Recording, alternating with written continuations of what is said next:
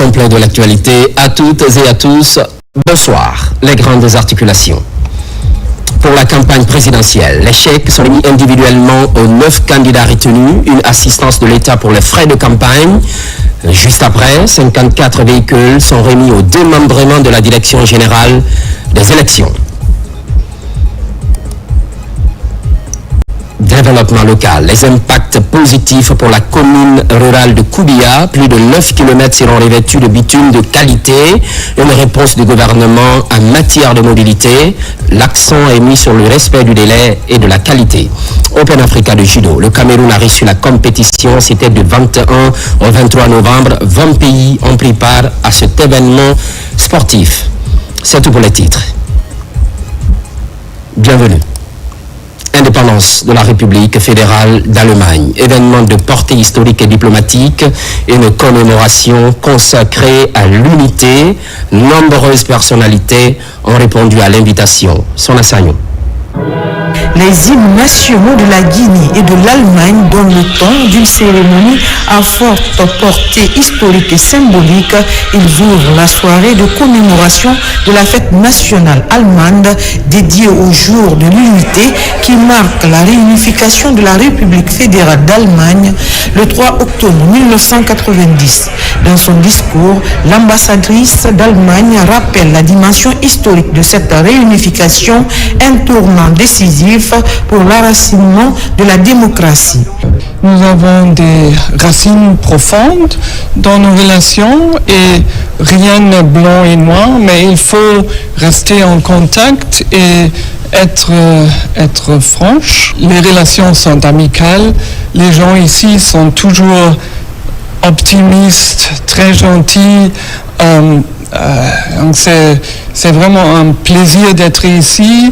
Organisée dans l'enceinte de la résidence officielle de l'ambassadeur, la cérémonie réunit de hautes autorités guinéennes, des membres du corps diplomatique et des représentants d'institutions partenaires. Des prestations culturelles sobres mais éloquentes mettent en lumière la richesse artistique des deux nations. Je formule le vœu ardent que l'exemple allemand continue d'inspirer les générations présentes et futures et que l'amitié guinéo-allemande, fondée sur la confiance, le respect et la coopération, continue de se renforcer pour le bien de nos deux pays.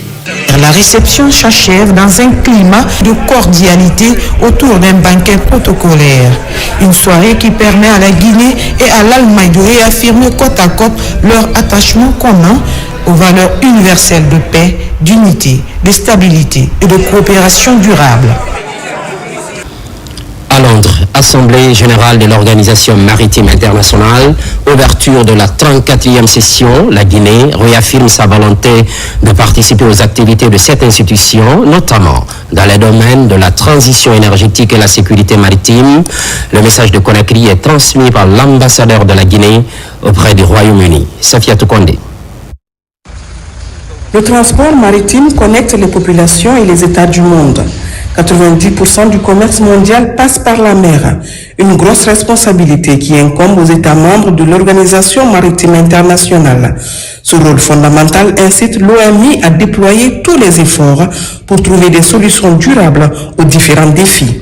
D'où ce message de la Guinée porté par son Excellence l'ambassadeur Ali Diallo sur les réformes actuelles engagées par notre pays. La République de Guinée a entrepris sous l'impulsion du chef de l'État, le président Mamadi Doumbouya, un vaste programme de réforme visant à moderniser la gouvernance maritime à travers l'adaptation du cadre juridique et législatif et réglementaire aux mutations qui s'opèrent dans le secteur, le renforcement de la sécurité et de la sûreté, la protection du milieu marin et le développement des infrastructures portières.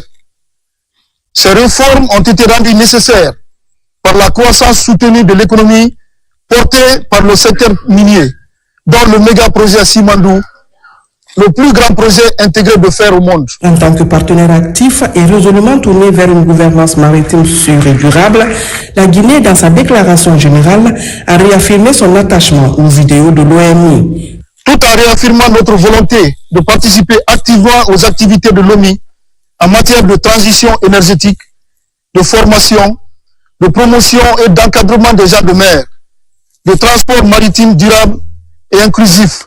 Nous réitérons notre attachement aux idéaux et aux principes de l'OMI, en restant un partenaire engagé dans la mise en œuvre des conventions maritimes et dans la préservation de notre patrimoine marin commun. Cette 34e session de l'ONU réunit élites et experts du monde maritime de plus de 176 États.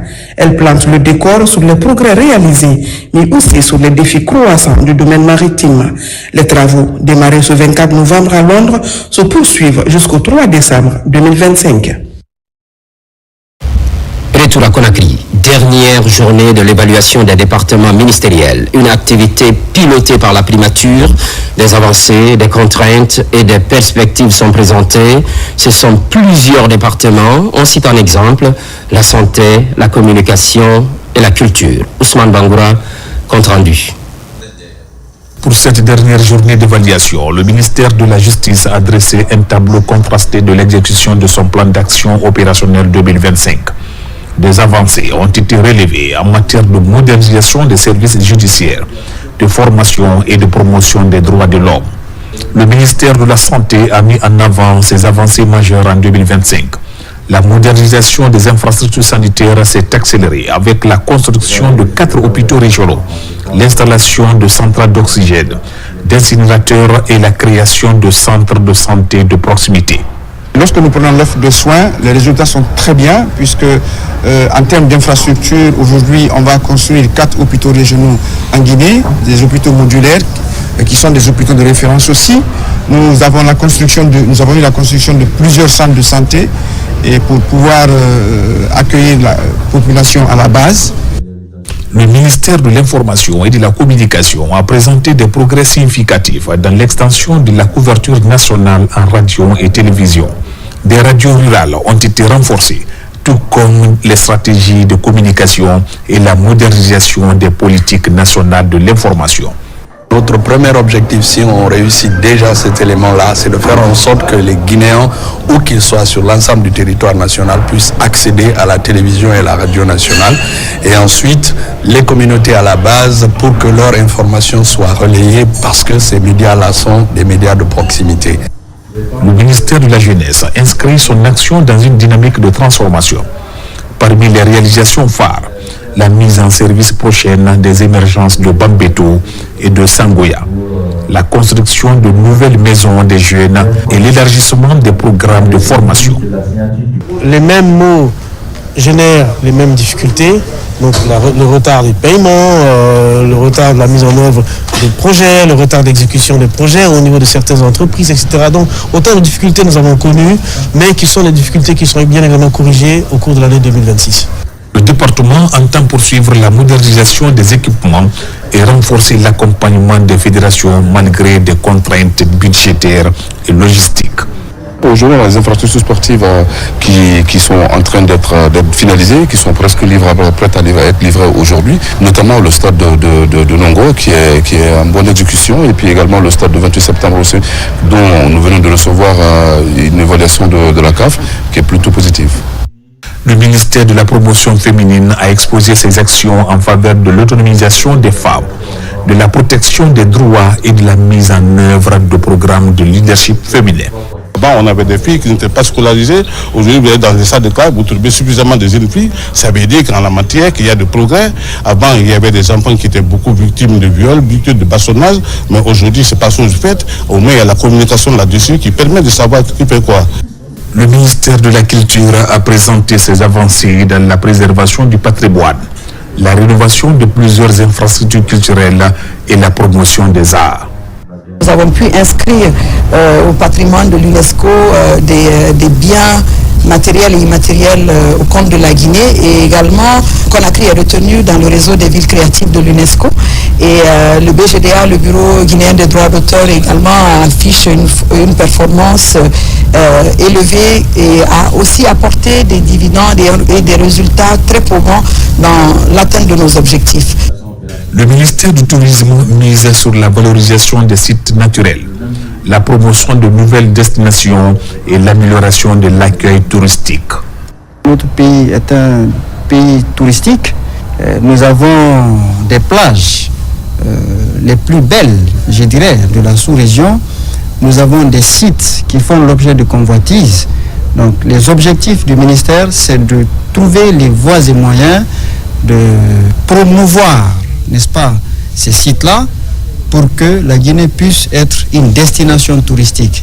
L'optimisation des circuits de traitement des dossiers reste au cœur des priorités du secrétariat général du gouvernement, avec pour objectif de renforcer l'efficacité de l'action publique. Aujourd'hui, la mise en ligne du journal officiel. Vous savez, hier, vous, à la recherche de l'information, c'était la croix et la bannière pour vous. Mais aujourd'hui, vous pouvez rester à travers votre portable, cliquer et puis avoir toutes les informations, surtout quand vous êtes à la recherche des textes. Le secrétariat des affaires religieuses a exposé ses efforts en matière d'encadrement des lieux de culte, des formations des encadreurs religieux et d'organisation des grands événements spirituels. Le concours national, nous voulons l'ériger en concours international, mais nous attendons des financements pour que nous puissions vendre l'image de la Guinée dans le sens vraiment de la mémorisation et de la compréhension saine des textes religieux. Mais je pense qu'il y a des efforts qui sont en train d'être faits. La commission d'évaluation réaffirme l'importance de cet exercice, souligne les efforts déployés par l'ensemble des départements et met en exergue les enjeux clés qui marqueront la phase finale du processus. Il ressort pratiquement de ces 4 jours d'activité intense une satisfaction du pool d'évaluateurs. Satisfaction dans la mesure où il y a une large appropriation des sectoriels du Caneva, de l'outil qui a été mis à leur disposition. En plus, ce qui est beaucoup plus important, il y a eu des réalisations significatives dans tous les secteurs. Je dis bien dans tous les secteurs. De ce fait, nous nous réjouissons. Certes, il y a eu l'émission, n'est-ce pas, par ces sectoriels, certaines difficultés, non les moindres. Il est de notre ressort désormais de les examiner, les rapporter au niveau de monsieur le Premier ministre du gouvernement. À lui, de rapporter également au président de la République, Mamadi Doumbouya, pour des mesures d'amélioration pour l'exercice budgétaire 2026. Avec la clôture de cette dernière journée, la commission d'évaluation dispose désormais d'une vision globale de l'état d'exécution des engagements gouvernementaux pour l'année 2025.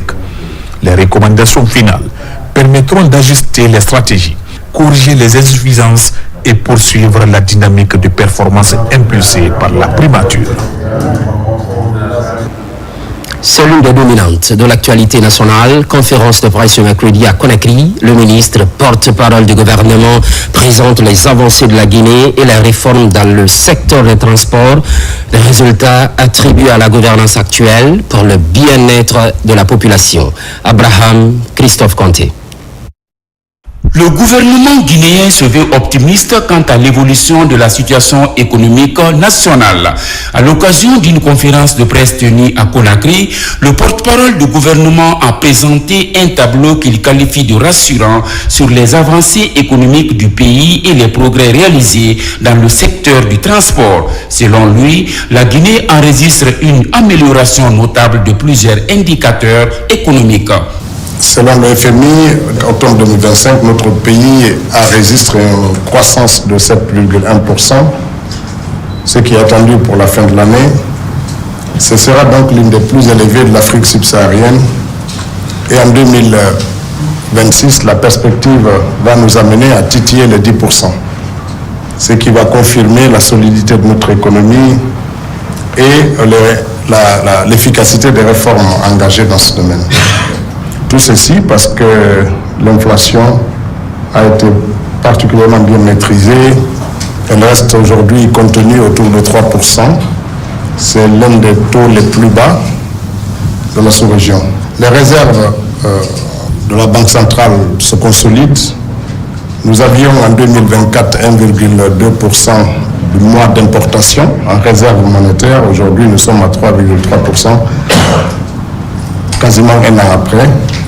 C'est quasiment un triplement des réserves, ce qui est très important, qui conforte la stabilité de notre monnaie nationale ou du moins chacun d'entre vous le voit quotidiennement, on n'a pas de grande variation entre le franc guinéen et les devises étrangères. Dans le domaine du transport, le gouvernement met en avant des chantiers jugés structurants, parmi lesquels la modernisation de l'aéroport international Ahmed Sékou Touré de Conakry, des infrastructures routières, l'extension du réseau ferroviaire lié à l'exploitation minière et la réhabilitation de certains axes stratégiques pour désenclaver l'intérieur du pays. Cette question de Simandou, comme vous le savez, a donné lieu à certaines polémiques entretenues par les leaders. Notamment, on a comparé les 15% du Simandou, dont on a mis en avant, et les 49% de la CBG obtenus en 1963. En 1963, effectivement, dans la concession de la CBG, l'État guinéen a obtenu 49% des parts de la compagnie. Mais ces 49%-là, c'est le coût du financement du chemin de fer qu'on a créé Kamsar Sangarigila. C'est le coût du financement de la cité, la CBG. C'est le coût du financement des infrastructures du port de Kamsar. Tout ceci, c'est des dettes qu'on a données à la Guinée. Le Simandou, il y a 4 blocs. Tout le monde est au courant. Il y a le bloc 1 et 2 qui appartient à Wheeling et dont la concession est basée sur la dernière loi minière, le code minier, qui dit que chaque fois que l'État guinéen cède ou concède une concession de cette nature, l'État récupère 15% de la valeur du capital de l'entreprise auquel on a concédé. Donc c'est l'application mécanique de la loi qui a permis d'avoir les 15% du bloc 1 et 2 du Simandou. Le porte-parole du gouvernement rassure que ces initiatives s'inscrivent dans une vision globale visant à dynamiser l'économie nationale et à améliorer les conditions de vie des populations.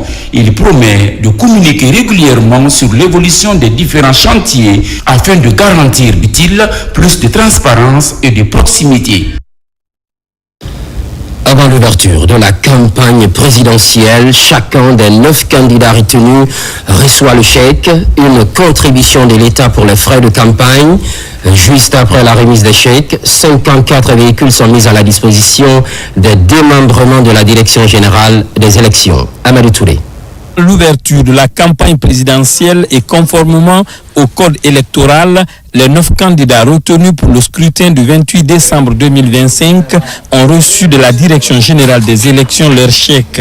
Il s'agit des montants prévus par la loi électorale et mis à la disposition de chaque candidat comme assistance pour les dépenses de campagne. Établissez vos programmes de campagne.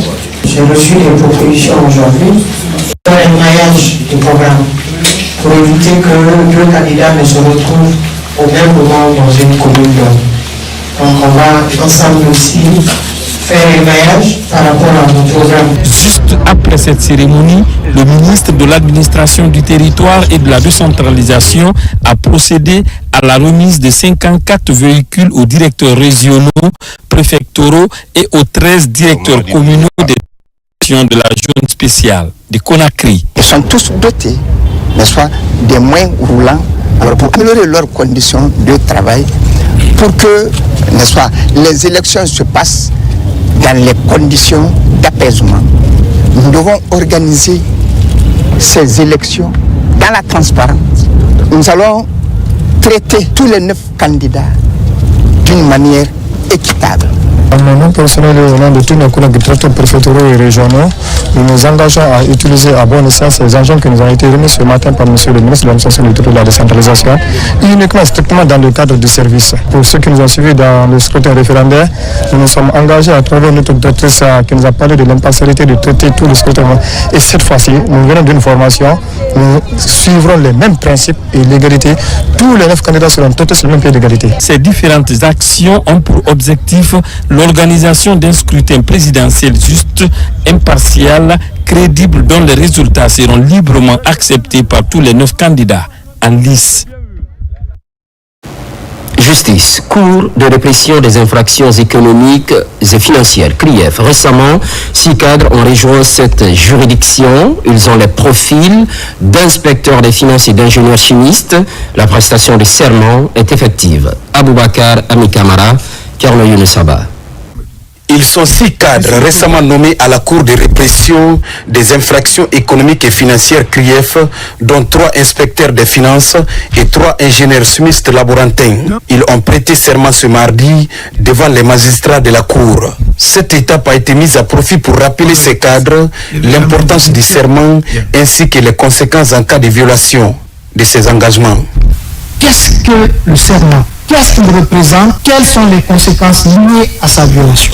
Le serment est un engagement solennel sur la moralité, sur la société, sur votre comportement. Ce serment est divisé, Monsieur le Président, en 2 parties essentielles.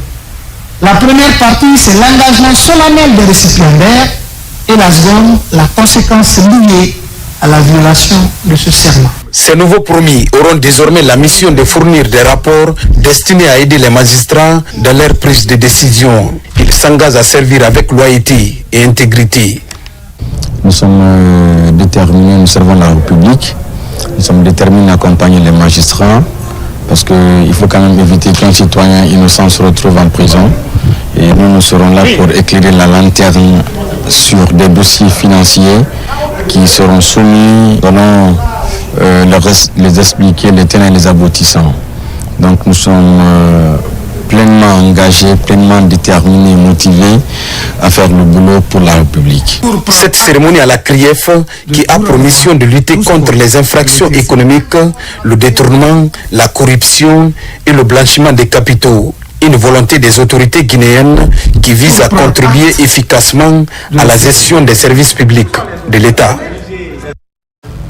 Dans l'actualité toujours, présentation et validation du rapport de faisabilité des zones économiques de Boké et Kankan, une activité placée sous la tutelle du secrétariat général de la présidence. Plusieurs organisations étaient de la partie. Adjudant-chef Aboubakar Kamano de la presse militaire.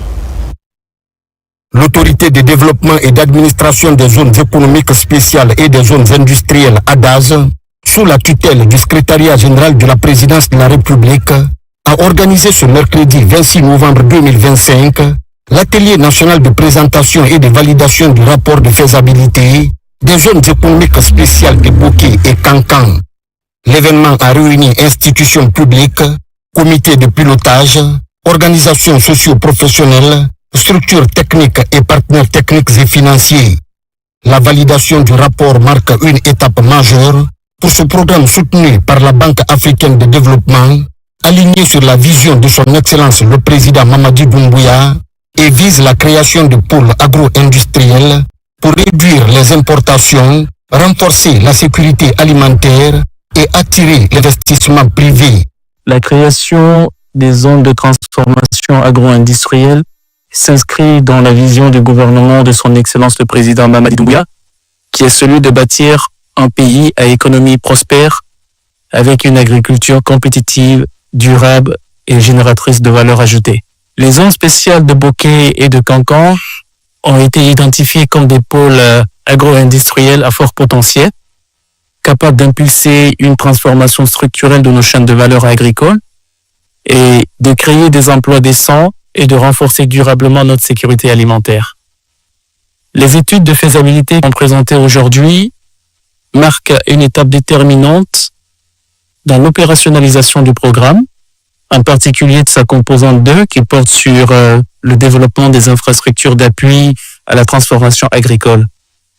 Et ces études offrent une analyse rigoureuse du potentiel agricole, des zones ciblées, des infrastructures à mettre en place, du climat des affaires, des impacts socio-économiques attendus, ainsi que des dispositifs institutionnels et financiers nécessaires à la mise en œuvre.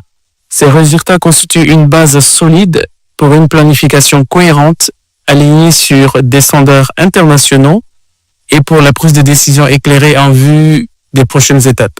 Le secrétariat général de la présidence salue la tenue de cet atelier qui constitue un espace privilégié d'échange, de partage d'expériences et d'appropriation des résultats. Au nom de Monsieur le ministre secrétaire général à la présidence, je vous invite à y participer activement, à formuler des recommandations constructives et à vous engager chacun à son niveau pour la réussite de cette ambition nationale. Les études réalisées couvrent l'analyse des filières, le choix des sites, les aménagements, l'impact environnemental et social, les analyses économiques et financières et les modèles de gouvernance. Cette présentation du rapport de faisabilité a suscité des échanges qui ont permis de formuler des recommandations pour améliorer le rapport provisoire. Le PDZ-STA, c'est le programme de développement des zones spéciales de transformation agro-industrielle. C'est un programme qui a été financé avec l'appui de la BAD à hauteur de 550 millions d'unités de crédit. Le programme prévoit la mise en place de 10 agropoles. Nous sommes aujourd'hui à la première phase qui prévoit 2 agropoles, notamment un à Bokeh et un à Cancan, à hauteur de 156 milliards de nos francs.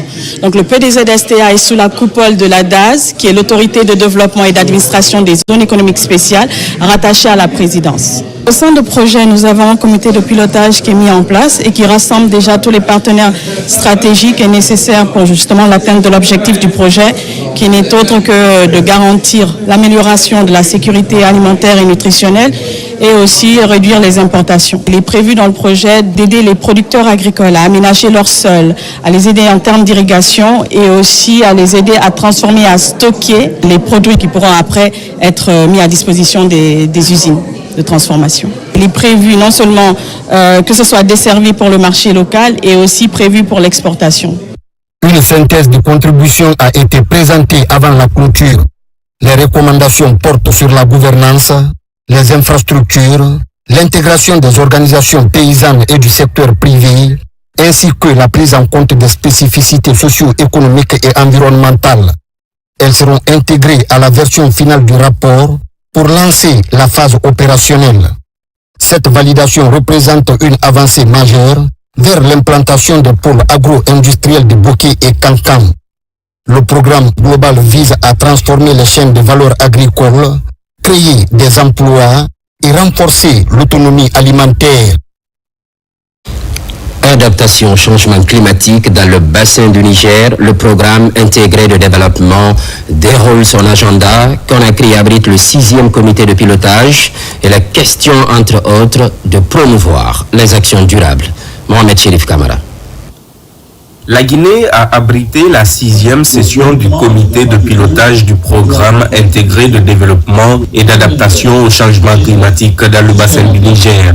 L'idée est de renforcer la résilience climatique des communautés, restaurer les écosystèmes dégradés et améliorer les conditions de vie des populations riveraines. Ce programme consiste à développer la résilience de l'écosystème dans les bassins de fleuve Niger et les populations riveraines qui bénéficient des produits et des fruits de ce fleuve important d'Afrique de l'Ouest. En évaluant de l'an dernier à cette année, nous les usagers, nous sommes en tout cas contents, nous sommes satisfaits, d'autant plus que il y a 4 ou 5 ans, ce PUDAC-là n'avait pas bougé. C'est cette unité qui vient d'être installée l'an dernier qui a fait bouger le bassin et qui est en train de laisser des traces au niveau du bassin. Au cours de cette session, les participants, représentants institutionnels, partenaires techniques et experts environnementaux ont passé en revue le niveau d'exécution des activités engagées sur le terrain. Ce programme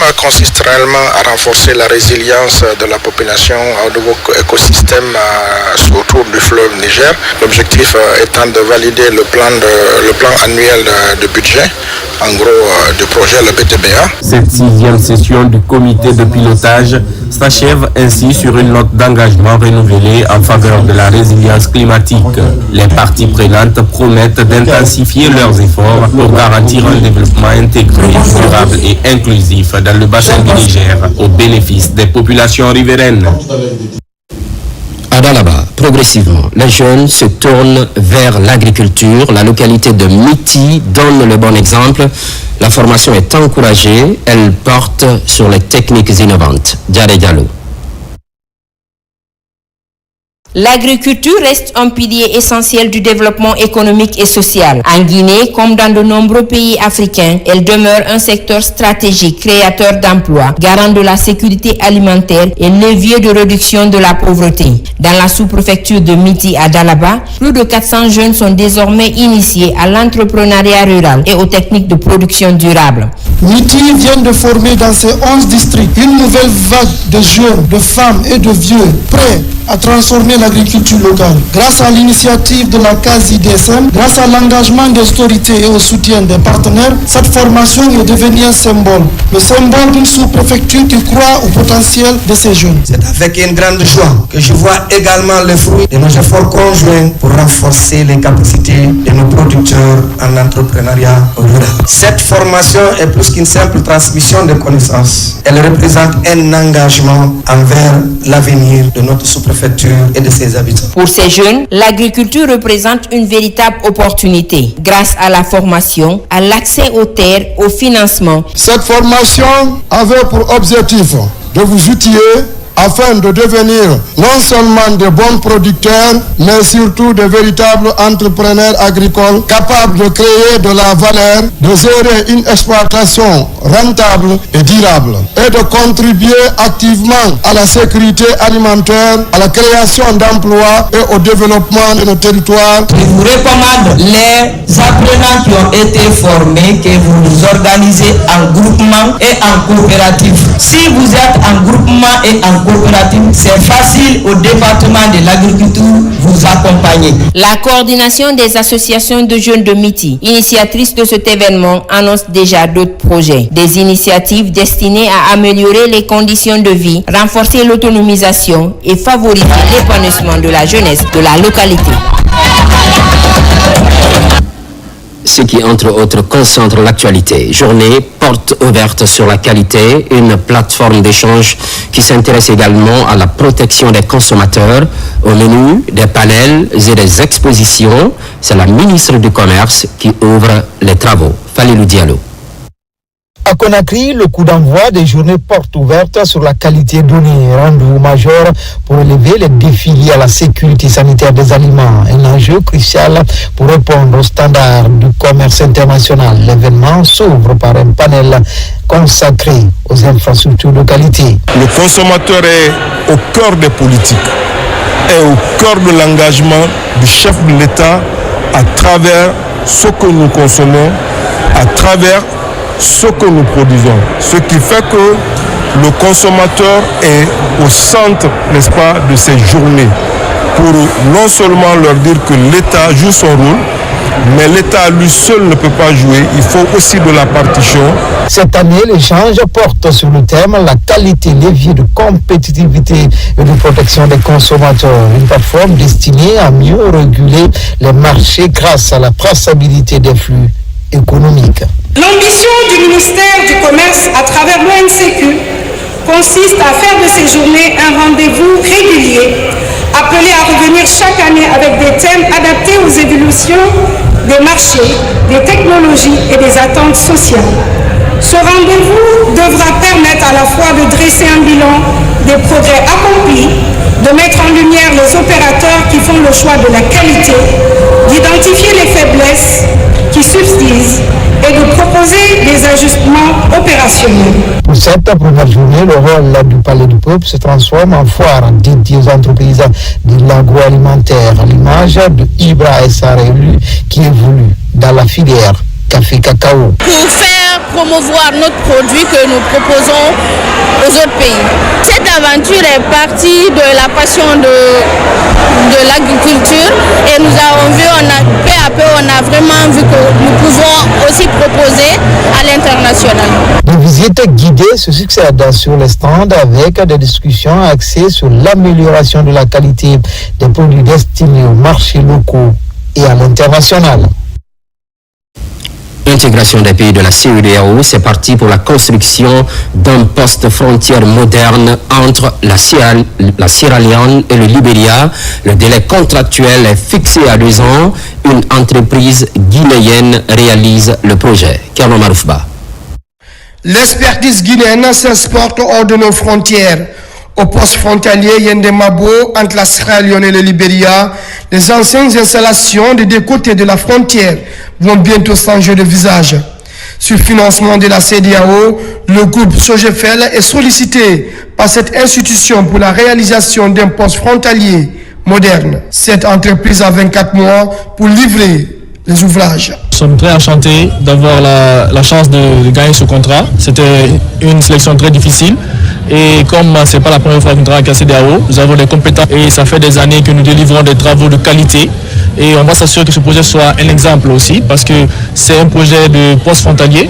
Et on aimerait que la CEDEAO continue à nous faire confiance, qu'on puisse exécuter ce genre de projet dans d'autres frontières de la sous-région.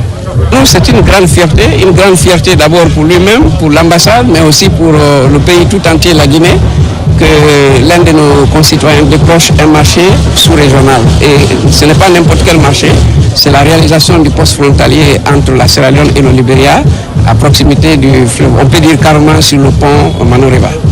Cette initiative de la CEDEAO vise à fluidifier la circulation entre ces deux États. Cette infrastructure aussi importante est financée par cette institution ouest-africaine. Nous allons gérer tout le processus de bout en bout. Déjà au niveau des études qui ont été menées, ainsi que l'exécution, nous gérons tout le projet de bout en bout. Donc pour nous rassurer que les États membres et toutes les parties prenantes vont respecter les délais sur lesquels on s'est mis d'accord lors de la phase contractuelle du projet. Avec plus de 20 ans d'expérience dans le BTP, le contrat de ce projet frontalier de Yendemabo est le troisième grand projet que vient d'obtenir le groupe Sogefel sur le sol sierra-léonais de la part de la CEDEAO. Auparavant, cette entreprise guinéenne avait réalisé la base logistique de la CEDEAO et la rénovation et l'extension de la première université de l'Afrique de l'Ouest, Fourabé, collège de Freetown. Développement local, les impacts positifs sur la commune rurale de Koubia, plus de 9 km seront revêtus de bitume de qualité et une réponse du gouvernement en matière de mobilité. Au lancement des travaux, promesse est faite de respecter le délai et la qualité. Sarafedine Diallo, son assaillant. Les premiers centimètres de bitume tant attendus sont enfin posés à Koubia. Dans cette localité à forte identité religieuse, l'entreprise Guicopress, en charge du chantier, s'engage à respecter la qualité et les délais fixés par le cahier des charges. Pour arriver à ce stade, il a fallu qu'on passe par différentes étapes de l'installation du chantier, terrassement, ouvrage et assainissement. Et après, nous allons commencer aujourd'hui à poser le bitume, la couche de bitume qui est un bébé. Bon, nous promettons que les 9 km 300 contractuels seront réalisés à Koubia. Pour la première fois, Koubia bénéficie d'un tel ouvrage routier. Les autorités locales saluent une initiative qui s'inscrit dans la dynamique de développement local engagée par le gouvernement. On pensait que c'était même utopique de dire qu'à Koubia, on va voir le goudron un jour. Quand les travaux ont commencé, on l'a acclamé avec beaucoup de pessimisme. Mais au fur et à mesure que le projet avançait, il y a eu de l'optimisme. Aujourd'hui est un grand jour pour la préfecture de Koubia. Au nom de l'ensemble des populations de Koubia, je dis merci au général président Mamadi Doumbouya pour tout ce qu'il est en train de faire. Et parce que ce bitumage-là, c'est un plus qui vient s'ajouter à la grande chaîne des actions qu'il a déroulées depuis son accession au pouvoir. Les habitants, heureux d'entendre les bruits des machines de Guicopress, promettent de préserver cette future infrastructure. Nous remercions Dieu. Aujourd'hui est un jour historique. Jamais on ne pouvait imaginer qu'on allait voir le goudron chez nous. Aujourd'hui, c'est chose faite. Nous remercions le président de la République, Mamadi Doumbouya. À Koubia, comme dans les autres communes urbaines de la région de la baie, les travaux de revêtement avancent. Ces actions visent à améliorer la mobilité des populations et la circulation des biens dans toute la région. Par ailleurs, accompagnement des jeunes start-up, l'ambassade d'Espagne est à la rescousse. Le projet se tient à Conakry pour la deuxième fois. De nouvelles opportunités en termes de formation sur l'intelligence artificielle. Marie-Angélique Bangoura. L'intelligence artificielle, devenue l'ami privilégié de la nouvelle génération, attise de plus en plus la curiosité. Elle s'impose aujourd'hui comme un véritable instrument de travail, mais aussi comme un moteur d'innovation et de créativité. De nombreux jeunes, animés par un esprit d'ingéniosité, incarnent déjà cette nouvelle ère technologique. Parmi eux, certains se distinguent par leur génie créateur et la capacité à transformer des idées en solutions concrètes. Dans tout ce que je fais, j'aime intégrer l'IA et je vais continuer à l'intégrer parce que dès le début, on a commencé et on n'avait pas forcément les bonnes aptitudes avec. Mais de plus en plus, on s'améliore. De plus en plus, en rencontrant encore des personnes qui sont dans ce domaine, on échange et puis on améliore nos compétences. Ce partenariat avec les jeunes crée un pont essentiel vers des compétences d'avenir et offre de nouvelles perspectives aux porteurs de projets. Il y a des jeunes qui étaient venus avec leurs projets, ils ont présenté différents projets. À la suite de ça, il y a eu 2 lauréats qui sont même partis au Sénégal pour faire une immersion, etc., pour rencontrer d'autres entreprises, notamment dans le domaine de l'agritech et de l'agriculture.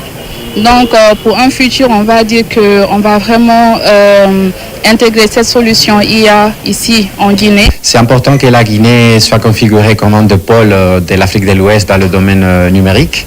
Et je crois que ça va permettre que le pays qui a un futur brillant avec Simandou 2040 puisse développer ses capacités et se placer en ligne dans le leadership digital numérique de l'Afrique de l'Ouest. C'est pour cela que l'Espagne, comme l'un des pôles de l'Europe, veut accompagner. Je dis toujours dans mes discours que l'Espagne ne veut seulement construire des ponts physiques, mais des ponts humains. La deuxième édition de la rencontre des startups, initiative portée par des jeunes Guinéens, vise à encourager davantage l'intégration de l'IA dans les projets.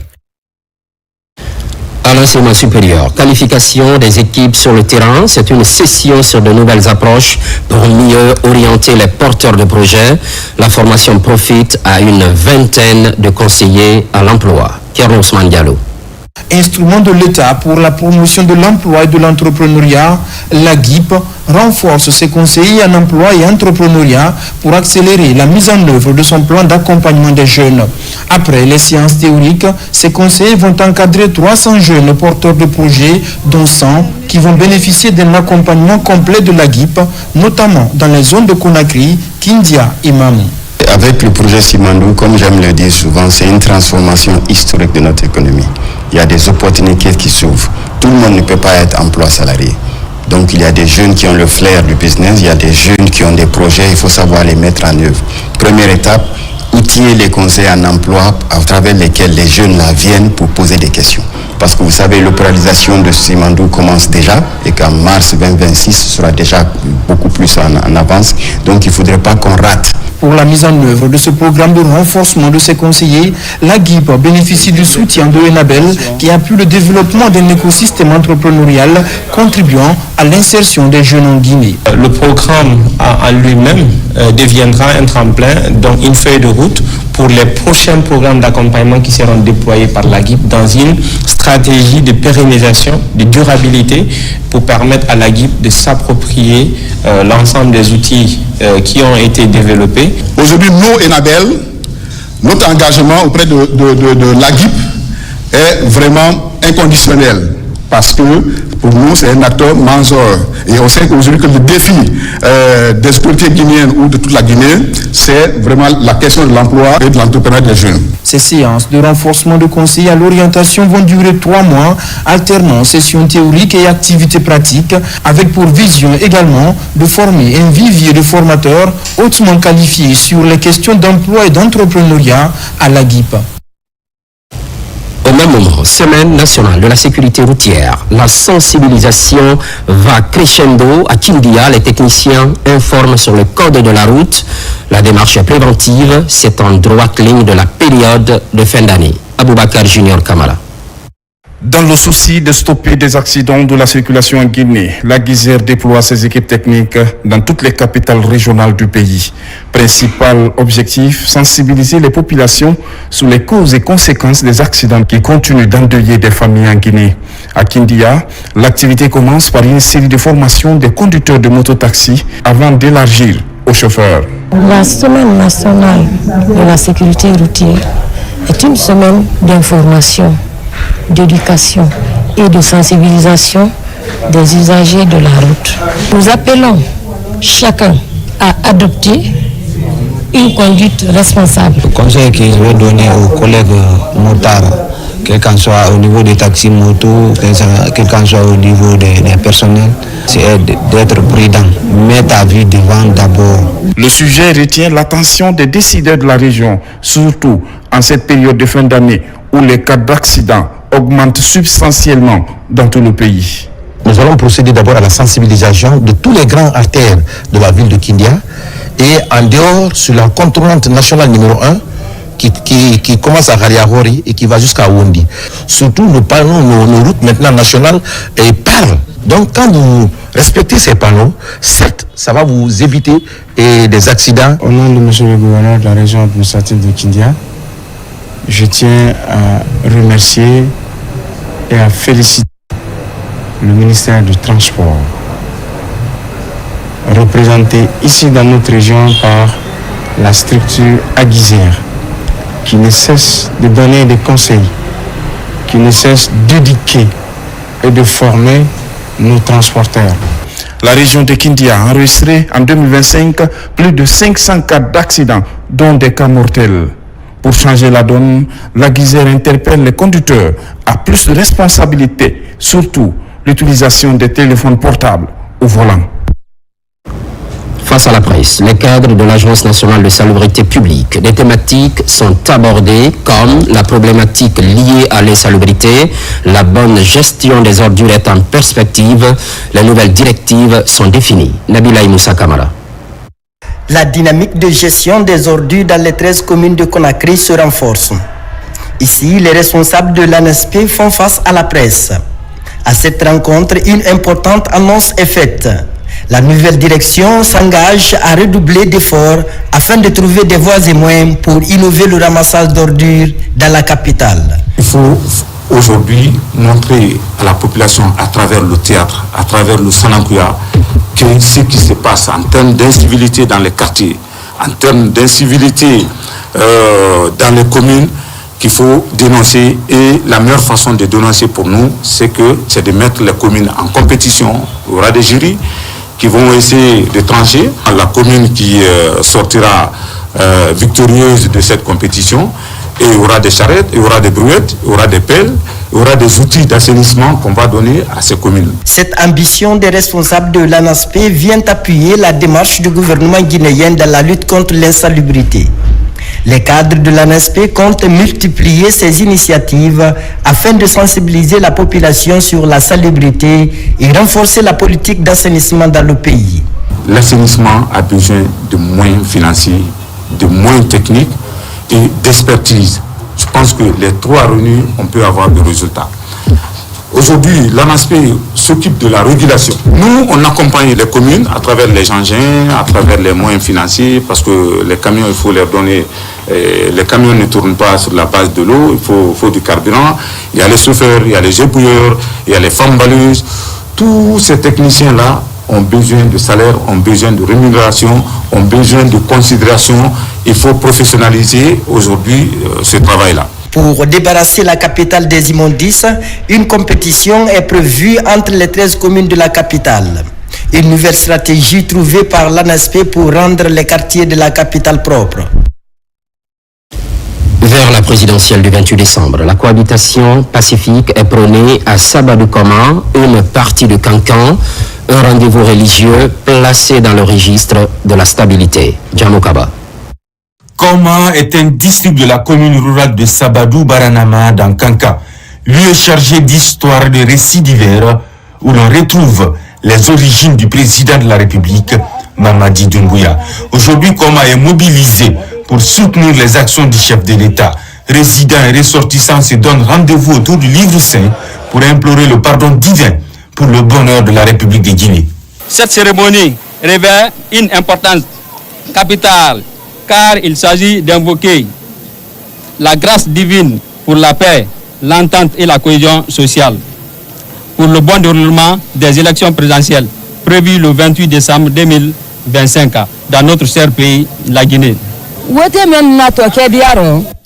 Nous voulons une présidentielle apaisée en Guinée. C'est pourquoi nous avons organisé cette lecture du Saint-Coran pour promouvoir le vivre ensemble entre les Guinéens. Signe fort de l'union sacrée des Guinéens, les vœux pour le bonheur du pays dominent le contenu des invocations. Chacun est impliqué pour sauver la mère patrie, un bien commun résolument engagé sur le chemin de la refondation et du vivre ensemble. C'est le village du chef de l'État. Donc nous sommes là pour multiplier des prières en faveur du pays. C'est d'ailleurs l'un des soucis du président Doumbouya pour créer la cohésion sociale. On nous a honorés et la lecture du Saint-Coran s'est très bien passée, ça s'est très bien déroulé. Toutes les couches étaient là représentées. On remercie infiniment la population de Koma. L'initiative fédératrice est portée par le mouvement Koma Benkama pour créer la cohabitation pacifique. Autre ambition exprimée, promouvoir les valeurs d'esprit d'équipe, de pardon, de dialogue et de solidarité avant, pendant et après la présidentielle du 28 décembre 2025. Promotion des acquis du CNRD, une nouvelle structure voit le jour à Conakry. Elle se fixe pour défi de consolider la paix et l'unité nationale. Mohamed Lamine Kamara, Aboubakar Djabi. Comme annoncé, le congrès inaugural de la structure La Guinée-Malani s'est tenu à Conakry. Un rendez-vous mobilisateur qui a rassemblé des acteurs sociaux venus des différentes communes de la capitale et de l'intérieur du pays. Ensemble, ils entendent mutualiser leurs efforts pour accompagner les actions de développement socio-économique engagées en Guinée ces derniers temps. Ainsi se tient dans le dynamique de Rassemblement national incarné par la candidature de Mamadi Doumbouya et contribuer à sa manière à l'effort collectif déjà engagé. La Guinée-Malani, c'est ensemble qu'on peut avancer. Il n'y a pas d'autre alternative. C'est dans l'unité que nous pouvons construire notre pays. Cette plateforme se veut une dynamique collective pour promouvoir la paix et le vivre ensemble, un enjeu majeur pour la réussite de la transition en cours. Pour les participants, l'initiative représente un levier important afin de favoriser le bon déroulement de l'élection présidentielle prévue le 28 décembre prochain. À travers ce congrès inaugural de notre structure, nous mettons un accent particulier sur les réalisations du président Mamadi Doumbouya. Nous devons le soutenir pour le développement socio-économique de notre pays. Depuis l'accession du CNRD au pouvoir, nous continuons à enregistrer des progrès significatifs dans tous les domaines. C'est la raison pour laquelle toutes les couches sociales du pays adhèrent à sa cause pour la bonne continuité des projets d'intérêt public enclenchés. La forte mobilisation observée avec des représentants venus de tout le pays traduit un engagement commun en faveur de la bonne gouvernance et du développement. Une démarche conçue comme un tremplin pour accélérer le progrès socio-économique prôné par le président Mamadi Doumbouya. Un peu plus loin, Forum des Fakolissi, 8e édition organisée dans la sous-préfecture de Nianda-Koro, une retrouvaille sur fond de prière en faveur de la cohésion sociale, occasion pour la notabilité de dresser le bilan des 4 dernières années. Marie-Simone Noël Tolno.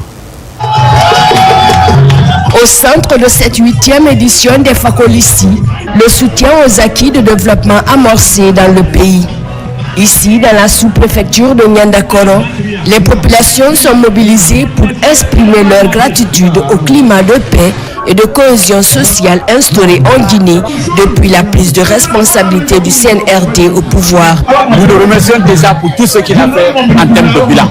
Au jour d'aujourd'hui, nous avons pensé réunir tous les bureaux exécutifs des multiples et différentes sections du Fakolissi, toutes les populations rurales de la sous-préfecture de Nianda-Koro. Nianda-Koro qui est la toute première ville créée sur la terre guinéenne par un Fakoli. Nous avons voulu regrouper tout le monde pour un seul objectif. Ce rendez-vous annuel des Fakolissi réunit plusieurs fils du pays issus des différentes communautés de la Guinée et des représentants de la sous-région. À cette rencontre, des bénédictions sont dites pour une élection apaisée et acceptée de tous. Dans la main, je le connais, les Kourouma, nous faisons partie des Fakol ici. Voilà pourquoi on a été tous conviés pour participer à ce grand sacrifice. À l'honneur du président de la République, le général Mamadi Doumbouya. Nous implorons Dieu aujourd'hui à Nyanda ici. Ce que nous faisons, c'est pour tout le peuple. Mon message que je dis ici est pour tout le peuple. En prélude aux élections, nous prions que le pouvoir soit fort, la vérité et le pardon. Cette structure citoyenne se fixe pour objectif de pérenniser ses activités allant dans le sens de préserver les acquis du président Mamadi Doumbouya pour le bonheur des Guinéens. Pendant ce temps, la capitale de la Guinée forestière renoue avec ses racines. C'est à la faveur de la réhabilitation de la source d'eau Zalitoma, un lieu non seulement historique mais fondateur de l'identité de la ville. C'est le patriarche Goïkoya Lambert Zobelemou qui préside la pose de la première pierre aux côtés des autorités administratives. Lancé Kamisoko, correspondance. Nichée au cœur de la ville de Zérékoré, la réhabilitation de la source d'eau des Zalitoma mobilise les populations de la capitale forestière au devant de la marche citoyenne exceptionnelle, illustrant l'unité et l'attachement des habitants à leur patrimoine. L'on retrouve le patriarche Goïkoya Lambert Zobelemou, figure spirituelle et garante des coutumes et mœurs de la région, main dans la main avec les filles et fils résidents et ressortissants, ainsi que les autorités administratives. La première pierre d'un projet aussi important qu'historique est posée pour le bien de la mémoire collective. Tous les citoyens de Zérékoré, femmes, hommes, enfants, doivent se dire qu'on a scellé un serment. Le serment qu'on a scellé, c'est de tout faire pour accomplir ce que nous avons commencé. Vraiment, nous sommes contents et je suis sûr que dans un délai très court, nous allons réaliser ce gigantesque projet. Aujourd'hui, grâce à la mobilisation collective, nous nous engageons dans une démarche noble, redonner vie, dignité et éclat à cette source sacrée. Ce projet de préservation de l'identité culturelle et de promotion de nos potentialités touristiques est accueilli avec espoir dans la cité hospitalière de Zali. Quand on parle de tourisme, quand on parle de culture, quand on parle du patrimoine, le départ c'est vraiment la source de Zali. Si je vois aujourd'hui qu'il y a un processus de rénovation qui est entamé sur ce site-là, je ne fais que me réjouir. L'histoire locale nous enseigne que ce lieu sacré était la campagne du premier habitant.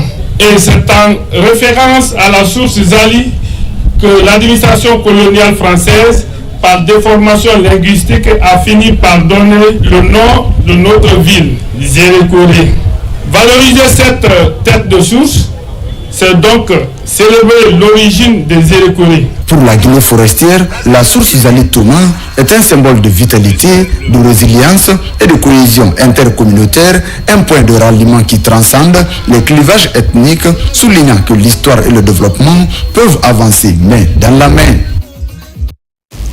Au même moment, Festival national des arts et de la culture version 2025, lancement du tour préliminaire. On prend la température dans les 8 régions administratives et une compétition multidisciplinaire dans la phase finale est prévue à Koundara. Voyons tout cela avec Ousmane Ba. Préliminaire de la 20e édition du Festival national des arts et de la culture FENAC. À Conakry, le coup d'envoi est donné ici à Matam. Plusieurs groupes culturels de différentes disciplines prennent part à la compétition. Cette 20e édition revêt un caractère particulier car elle intervient dans un contexte où notre pays poursuit une dynamique de refondation et de promotion de l'excellence culturelle. Dans la région de Kindia, la compétition est une occasion de mettre les talents cachés sous les projecteurs.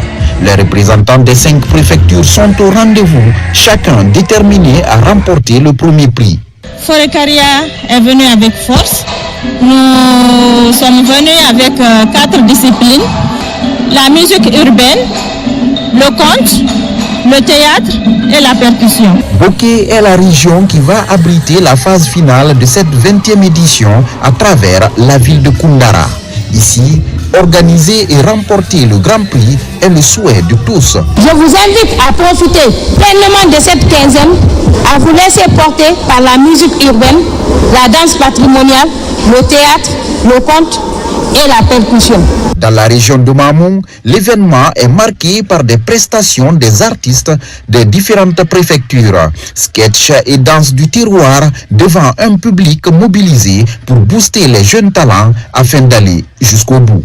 La 20e édition de la 15e et du Festival national des arts et de la culture est ouverte à tous les genres artistiques. La priorité, c'est le talent, l'engagement et la volonté des artistes à mettre en œuvre leur potentiel. Dans la région de l'Abbé, les 5 préfectures sont effectivement représentées dans la cité de Karamoko Alpha à l'occasion de ce festival. Le message vient du président de la République, le général Mamadi Doumbouya, protecteur des arts et des lettres. Il s'agit du dialogue intercommunautaire pour la paix et la cohésion sociale. Dans le Sankara, c'est une forte mobilisation des artistes des 4 préfectures pour célébrer la culture dans toute sa grandeur. Chaque préfecture a ses réalités. C'est à travers ces genres d'événements qu'on peut montrer au monde entier qu'est-ce qu'on peut faire dans le domaine de la culture. Même émulation à Cancan pour mettre en lumière les talents des orchestres et troupes de danse traditionnelles. Les prestations rappellent le vivre ensemble et la richesse culturelle de la région. On a l'habitude de faire, là on appelle Tienzen, c'est des 15 jours avant. La culture était là. Et on avait commencé à abandonner. Mais grâce à l'arrivée du CNRD, aujourd'hui, ce travail-là est mis. Dans la région des Érécoré, la richesse culturelle de la forêt est mise en exergue. Danse et folklore captivants qui auront leur place à poursuivre à la phase finale du FENAC. Je demande aux autres troupes, et malgré c'est la compétition, mais il ne faut pas faire un travail de débarras. Il faut faire un travail pour vraiment faire venir la génération montante. Ce tour préliminaire permet à chaque région de mettre la barre très haut pour pouvoir sortir l'artillerie lourde à la phase finale prévue dans quelques jours à Koundara. Sport Open Africa de judo. 20 pays ont pris rendez-vous au Cameroun. On retrouve les États-Unis, le Canada, le Luxembourg et la République dominicaine. La Guinée s'est classée 3e avec un total de 7 médailles, dont 2 en or. Une belle performance des judokas guinéens pour la qualification aux compétitions internationales. Abdoulaye Diallo. Fidèle à sa vocation d'honorer la Guinée à l'international, le judo a encore marqué les esprits à Yaoundé lors de l'African Open. Les athlètes combatifs, à l'image d'Aminata Souma, moins 52 kg, et Mustapha Fofana, plus 100 kg, qui d'ailleurs a dompté le champion camerounais par hippon en balayage pour une durée de 16 secondes. Cette médaille, dont 2 en or, c'est la moisson qui permet à la Guinée d'occuper la 3e place parmi les 20 pays participants. Je suis vraiment fière de moi et heureuse de remporter cette médaille d'or. Je remercie le peuple de Guinée. Petit à petit, je gravis les échelons. Aujourd'hui c'est une médaille d'or, c'est la première. Donc je suis fier parce que j'ai représenté les couleurs de mon pays. Je remercie déjà ma fédération pour l'investissement qu'elle a fait. Ces résultats positifs illustrent le travail acharné de la direction technique nationale, mais également la volonté de la FEGI Judo et ses partenaires d'œuvrer pour la performance des athlètes. Nous remercions le président de la République, nous remercions notre ministère qui nous accompagne aujourd'hui. On a fait des résultats et la technique, le judo, franchement, le judo guinéen, il est content. Le maître Samba, l'entraîneur national, a prouvé avec tout son staff aujourd'hui que le judo a de la qualité. Remercier le ministre Bogola, M. Bogola Haba, qui n'a ménagé aucun effort pour mettre cette délégation dans des conditions les meilleures pour faire le résultat à cette compétition. Les médaillés, félicitations. Vraiment, ils ont été merveilleux sur les tatamis. Après le rendez-vous de Yaoundé, les judokas guinéens mettent désormais le cap sur l'Open d'Abidjan prévu du 28 au 29 novembre. Des compétitions qualificatives pour les Jeux olympiques de la jeunesse Dakar 2026 et les JO de Los Angeles 2028. L'actualité évolue en Guinée, notre paradis, terre de richesse et d'innovation. Les programmes se poursuivent, constante fidélité à toutes et à tous.